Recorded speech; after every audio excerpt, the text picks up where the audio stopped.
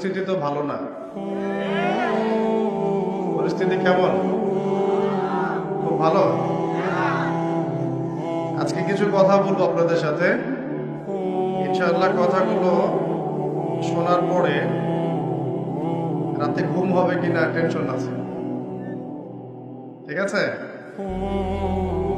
তাহলে ঘুমের ওষুধ কিনে আগে ভাগে। আচ্ছা, একটা হাদিস থেকে আজকে আলোচনা করতে চাই। আমি সকাল থেকে ঘুম থেকে ওঠার পর থেকে এই হাদিসটা নিয়ে বসে আছি। বই পুস্তক পড়লেই সব জ্ঞান অর্জন করা যায় না। মানুষ জ্ঞান পায় বুদ্ধি থেকে, তার অভিজ্ঞতা থেকে, কিতাবাদি থেকে, উস্তাদের সোহবত থেকে এবং সরাসরি আল্লাহর পক্ষ থেকে। মানুষ সরাসরি আল্লাহর পক্ষ থেকে জ্ঞান পায়।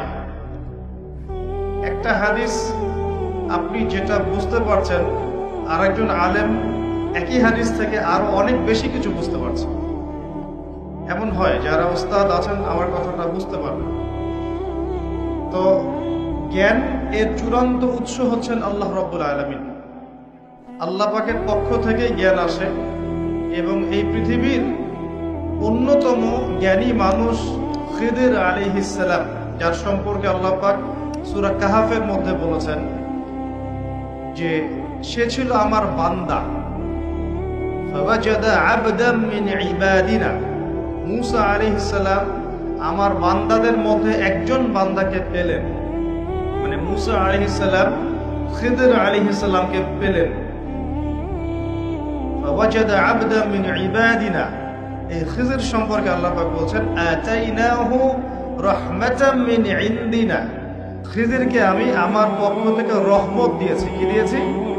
রহমত দিয়েছি। ওয়া আল্লামনাহু মিন লাদুন্না ইলমা, এবং আমি আল্লাহ আমার পক্ষ থেকে খিজিরকে জ্ঞান শিক্ষা দিয়েছি। তো আল্লাহর পক্ষ থেকে জ্ঞান আসে, এটাই চূড়ান্ত। এবং এই জ্ঞানটার উৎস হচ্ছে আল্লাহর ওহী, অর্থাৎ কোরআন এবং সুন্নাহ।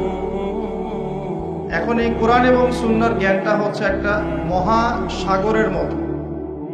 100 বছর এগুলো নিয়ে গবেষণা করলেও এই মহাসাগরের এক ফোঁটা জ্ঞান আমরা অর্জন করতে পারবো না।